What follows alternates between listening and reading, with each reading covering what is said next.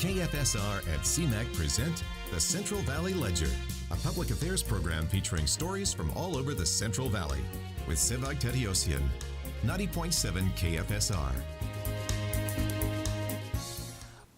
Welcome to the Central Valley Ledger. I'm your host, Sevag Tateosian. We're recording out of the beautiful downtown Fresno studios of the Community Media Access Collaborative in Fresno and Clovis. Our guest this week is going to talk to us a little bit about insurance. In the wake of what's happening with the hurricanes, we wanted to make sure our audience members know about insurance and the importance of proper coverage. Her name is Sosie Catchatoorian. Welcome to the program. Thank you for having me. Disclosure, yes. You're a family friend of mine, yes. And so we see each other out in the community often. You come from a wonderful family, by the way. Thank you. So As do you. Thank you. Tell us a little bit about yourself. Well, I'm from Fresno, so I was raised here. I've been in the insurance industry for about 20 years.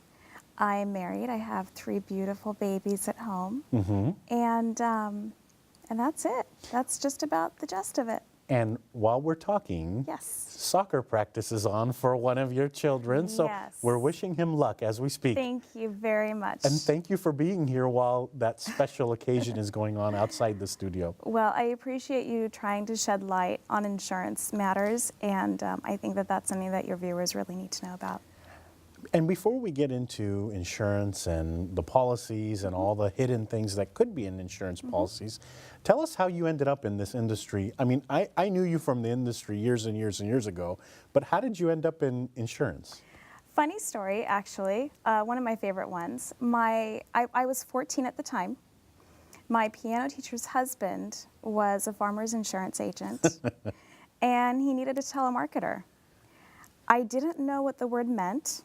I didn't know what the word telemarketer meant and what the purpose of a telemarketer was, but I was excited to have a prospect of my first job and be in an office setting. So I begged my parents, begged them up and down, and I said, please, please, please let me do this job. And they finally let me do it. My first day on the job, I walked into the office, and he handed me yellow pages, a desk, and a phone, and a script. Wow. And I started at the A's, and I worked my way all the way to the Z's. And I remember my first night after my job, I went home, and I'm like, Mom, I can't do this. This is hard stuff. But I had given my word, and so I needed to follow through on it, at least until summer was over, because that was my summer job. And it kind of blossomed from there. So I started telemarketing. I worked for district managers for farmers. I then went on to do CSR work, customer service work for agents. I worked at a local brokerage for about 16 years, and now I'm working for a large company in the underwriting side. Wow, so you've done a lot in the insurance industry. I knew that when I wanted you to be this guest, because I think there are some important things going on in our nation that someone needs to shed light on. Yeah. So in the wake of the hurricane that's happening as we speak, Houston, I'm hearing Florida, I'm hearing all Louisiana or some of the other areas. I also heard that not all of this property is going to be covered by insurance. Is that true, and why or how? So that's a really good question. As far as California is concerned, and most of these states, insurers don't require you to have flood insurance. You're not required to have earthquake insurance. So those are separate policies that you would have to purchase. And as far as the flooding is concerned, we're hearing a lot about FEMA in the news, and NFIP is part of FEMA, which is a federally backed program. And these homes, some of them are in flood zones and some of them are not. And so the insurance that you would purchase is through FEMA. But again, it's not required. And you probably wouldn't think about purchasing it unless your broker brings it up. Somebody tells you, because see, in the back of my mind, whether it's my house or my car, I have insurance, so I'm feeling good about it. You're good. Yeah. Yet, when I hear these reports that there's billions of dollars of claims Yeah. that are not going to be paid because the person is underinsured, that's scary. And this show isn't to point the finger at anybody. No, This not at show all. is really about education. So when I talk to somebody Mm-hmm. about insurance, what are some things that I should be asking them? If you are going to walk into an office to purchase your own homeowner's policy, the first thing I would recommend for you to do is not shop online. The most important relationship that you can have is an insured to a broker relationship. And be completely open, be completely honest. Let them know you've got a budget that you're working with. Let them know what your concerns are. And let that insurance professional help build a policy that's tailored to whatever your needs are. A lot of these homes that have been hit with the floods, you really don't think about flood insurance until after the fact, after it's happened. And then it's too late. And then it's too late. There are some policies out there that you can purchase with 3-day waiting periods. Most of the time with FEMA, unless it's a lender required policy, you have a 30-day wait period. In Los Angeles, a lot of homes are right by the fault lines.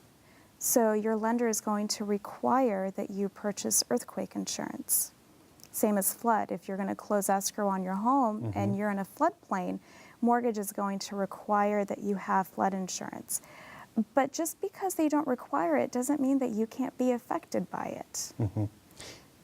And you're going to the area I want to talk about next. So I think it's every year, I get something about earthquake insurance in the mail. Yes. And I read it and I say, okay, thank you, insurance company, for letting me know about earthquake insurance. Right. We're in Fresno and it's not going to happen. So I crumple it up and kindly, politely put it in the shred pile. Now with the stuff in Houston, Yeah. I'm thinking twice. So something like earthquake insurance. Right. What are your thoughts on that? That's a really good question. I have a lot of insureds that feel, we live in Fresno. When was the last time we were affected by an earthquake? The other school of thought, though, is that we're in between two major fault lines from LA to San Francisco. The cost for earthquake insurance is so minimal. It is so minimal. I would say, I would ballpark maybe about $200, $300 a year. Now, the part about earthquake insurance that turns most people off is the deductible. There's a 20% deductible. So if you have $100,000 of coverage on your house, your deductible is 20% of that, so $20,000. Wow, so it's a big amount of money. It's a big amount, but here's my side of that. It is going to be a lot more easier for me to go into a bank and get a loan for $20,000 to pay that deductible than it is for me to get a loan, get approved for a loan for $100,000 to rebuild my home. Other things when it comes to homeowner insurance. Sure. The earthquake one caught my attention because I get something in the mail about it. Are there other things we should be looking for when it comes to homeowner insurance? If you live in a condo, if you're a part of an association, I would recommend highly that you read the CCNRs. It's basically the bylaws of the association, and it tells you what the association will cover and what they will not cover. A lot of people that live in condos think that I pay dues, I'm only responsible for the walls in, they're going to take care of me. Sometimes that's true, a lot of times it's not. So I would really recommend reading your contract for the condo association, the CCNRs. If you're referring to regular homeowners insurance, take a look at that jet ski. A lot of people think that those watercrafts, the jet skis, the toys that some people have, especially in the valley, we're surrounded by these beautiful lakes. A lot of people have the misconception that those things are covered in their homeowners, and it's not. So look at your toys, look at your belongings inside your house, your jewelry. Your jewelry is not going to be covered. Can I cut you off? Absolutely. I want to ask you a question about that. Yes, sir. I'm going to say the other day, but it was probably 5-6 years ago. My wife was taking pictures of a couple of the jewelry she had. And I said, hey, what are you doing? she said, well, I heard that you should take pictures of your jewelry Right. and some of the other items in your house, and I never thought of that. So what is that for, in your opinion, the pictures? I think it's a good idea to take pictures of all of the items in your home. Take an inventory. Take an inventory of your home. See what you've got in there. Make a list, because at the time of a loss, God forbid there's a fire, house burns down, you're going to be so full of adrenaline at that moment and so full of just haze that you're not going to remember what you had in your house. So make that inventory list. Take those pictures. Put that stuff in your safe deposit box or give it to your insurance broker. Have them keep an electronic file so that you can recreate what your items were. As far as jewelry, though, antiques, stamp collectors, coin collectors, memorabilia, things like that really should be on their own policy. I would suggest that you look at your homeowner's policy, see what the company's going to give you. A lot of times it's about $1,500 for jewelry if someone breaks into your house. Wow. $2,000, that's it. Not if you lose it, just if it's stolen. So if you have some pieces that are valuable to you, I mean, by no means do I want you to go insurance poor, because that can happen. You can insure everything around you and go poor. But take a look at some of the important, valuable items that you would struggle to replace and get those appraised. Get your jewelry looked at, make sure all the prongs and the stones and everything is where it needs to be. And then get a quote. Get a quote from your broker, see what it's going to cost you. You're in a unique situation, you meaning insurance agents, because you talk to people when tragedy hits. Right. Someone's home is broken into, a fire, something to that nature, Sure. some catastrophe. Could this stuff happen to us? I mean, you know, we think, oh, it's not going to happen to us. No one's going to break in my house, or a fire's not going to take my home. But you are in a unique position. You see it. So what do you have to say about the, it's not going to happen to me? We don't live in dreamland, unfortunately. And as many of good intentions that we have, and as much as we try to protect ourselves, you can't control what someone else does. You can control your home, you can have your alarm set, you can put all your jewelry in a safe deposit box, you can drive speed limit, but you can't control what other people do, unfortunately. And you work hard for your belongings. You work hard to buy the cars that you have and the home that you have. You don't want a simple mistake to be the cause of you losing that. I could just imagine the stress as well. I mean, if I thought I had insurance and was covered, and then tragedy hits, Right. and I don't have it, it's Right. like I'm getting hit twice. Right. And that's exactly why I would recommend going to a broker and not going online. Don't shop by price. There's agents with direct writers, you know, Farmers Insurance agents, State Farm agents, Allstate agents. They are only able to write their policies. Okay. Then there's brokers, and a broker works for the consumer. When I was working on the brokerage side, I had access to 40 different carriers. Wow. Wow. And I was able to discuss what my client needed, look at what they had, what assets they have, and prepare a proposal with sometimes several different carriers. And when that policy came up for renewal at the next year, and if the premiums went a little bit high, you know, a little bit more than what we wanted, you can remarket that with the same agent. Have that relationship, have that conversation. The internet's not going to Google's going to tell you how much, who the lowest price is. Google will help you do that, but they're not going to tell you what you need. Let's shift gears and talk about auto insurance. Sure. You know, I read studies about the Fresno area all the time, and one of the studies that comes up is there's a lot of uninsured Yes. drivers in the area. Yes. Which is scary, because you would think that I have insurance. My insurance should cover it, right? Right. Well, what say you? The biggest misconception around, as far as the consumers are involved, is several times I'll present a proposal for auto insurance. You have your bodily injury limits, property damage limits, and then you've got that uninsured motorist limit.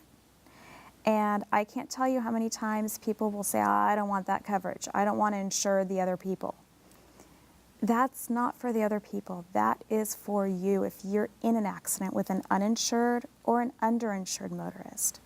So the best advice I can give you is make a list of what your assets are. If you get into a wreck, how much are you liable for? What can the other party come against you for if you're at fault? Or what do you stand to lose?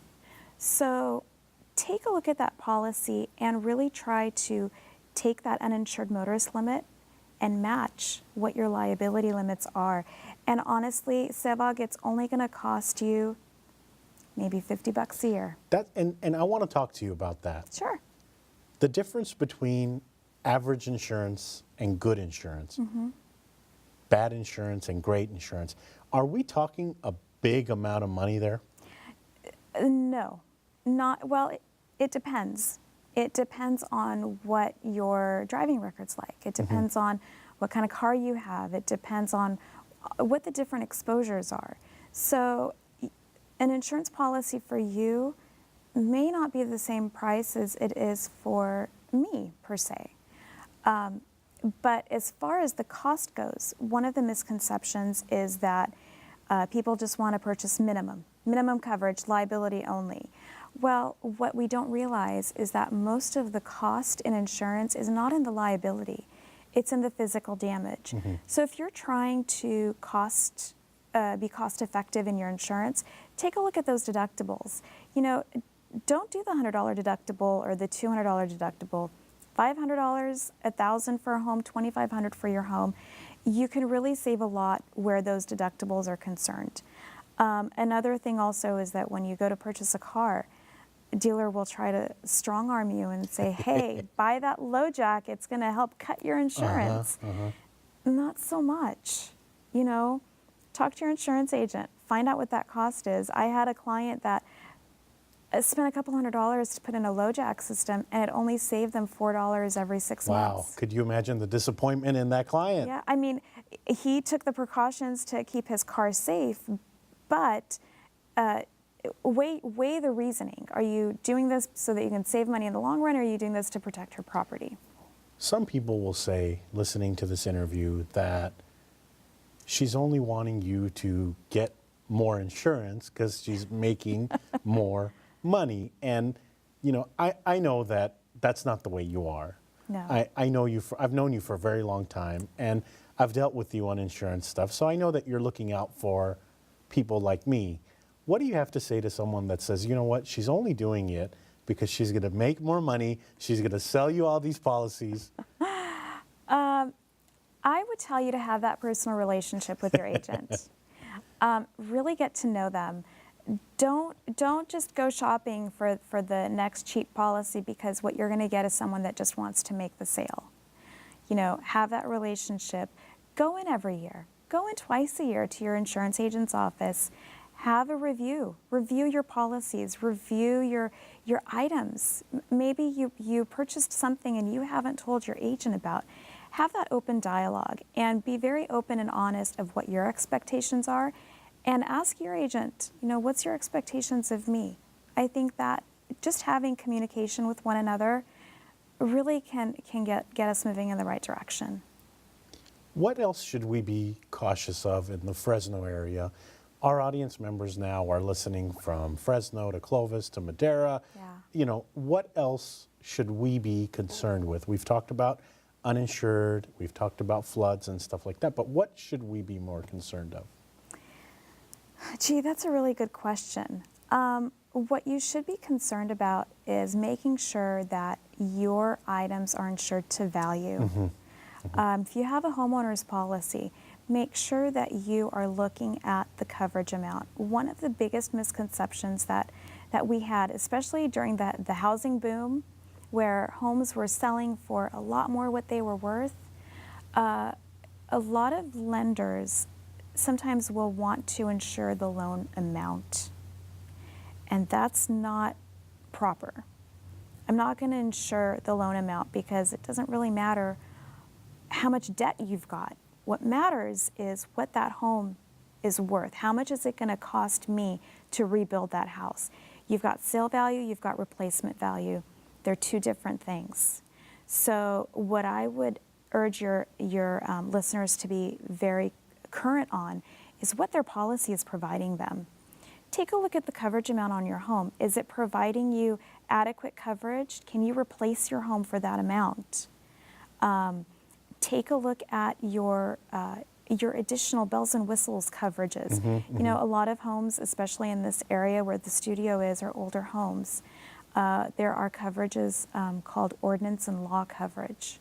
And what that does is it helps you rebuild your home to what the current standards are, what the current ordinance and laws are, standards are today versus what they were in the 30s when some of these homes were built. And very relevant here is there are some lots that don't meet standards currently. So Correct. what you're saying is people might be in a situation where they may be out of rebuilding a home, correct? They could be out of rebuilding a home. They may not be able to put out of their pockets the additional that they need to bring their home up to code. So I would, before you decide to take away coverages, go into your insurance agent's office, go through the coverages with them. What is this for? What is identity theft coverage for? What is ordinance and law? What is sewer backup coverage for? Get that education from your agent. You know, we all get the renewal policy in the mail every year. It's a 500-page document. I don't think any of us read it. I would recommend reading it, but if you don't have time, make an appointment with your broker, go over those coverages, and hear from them what they think you need. Sosie, tell us about this industry. I mean, the way I see it, and I'm no expert in insurance, Yeah. but the way I see it, it's changing with technology. You know, 10 years ago, if I needed insurance, I would call my agent, talk to my agent. Now everything seems like it's going online with apps and stuff like that. What has been your experience over the past 10, 15 years? You know, I would even say within the last 3 years, there's been so much development in the industry with the introduction of drones. We've got Really? Yeah. Yeah, we've got a lot of drones going in to adjust some claims. It provides the insured with quicker turnaround with their claim processing.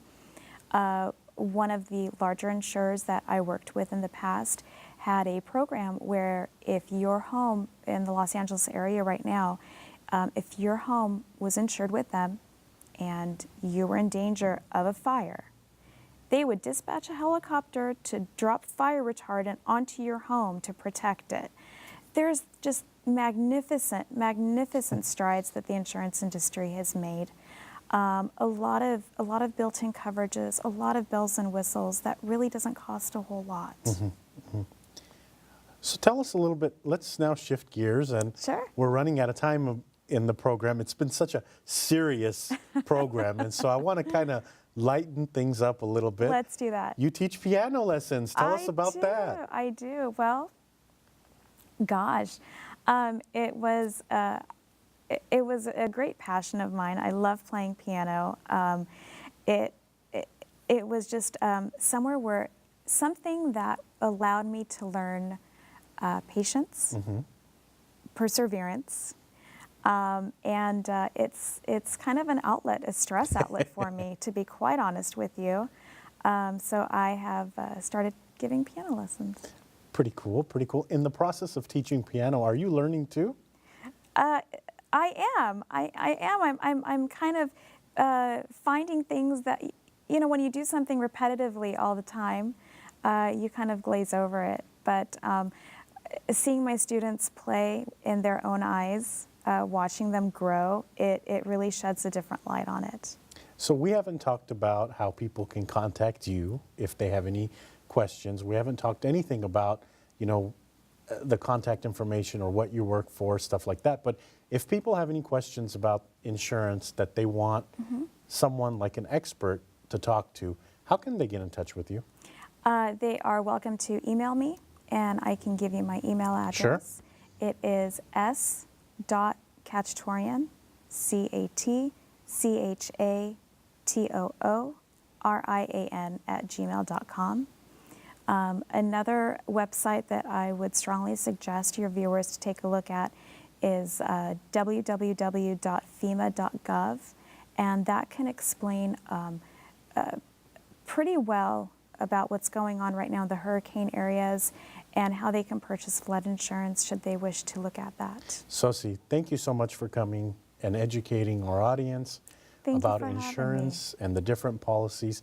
You know, in a tragedy, the last thing I want to think about is if, you know, my photos or my jewelry is going to be replaced. Absolutely. And people now are in a situation where some of that stuff may not be replaced. No. And so appreciate your time and all this while your son is out there on the soccer field. So thank you for giving back to the community and talking to us about this. Well, thank you for having me. You're welcome. That's all for this edition of the Central Valley Ledger. Thank you to the volunteer crew that made this production and every production possible. We really couldn't do it without you. Thank you to our guest, Sosie Catchatoorian, who is kind of our expert in insurance policies and insurance needs. Thank you also to those listening to this broadcast on KFSR 90.7 FM and to those watching on Xfinity 93 and AT&T Uverse 99. We hope you enjoyed the program this week. Take a look at your insurance policies and make sure that you're covered in the time of catastrophe. I'm your host, Sevag Tateosian. Tune in next week to a new edition.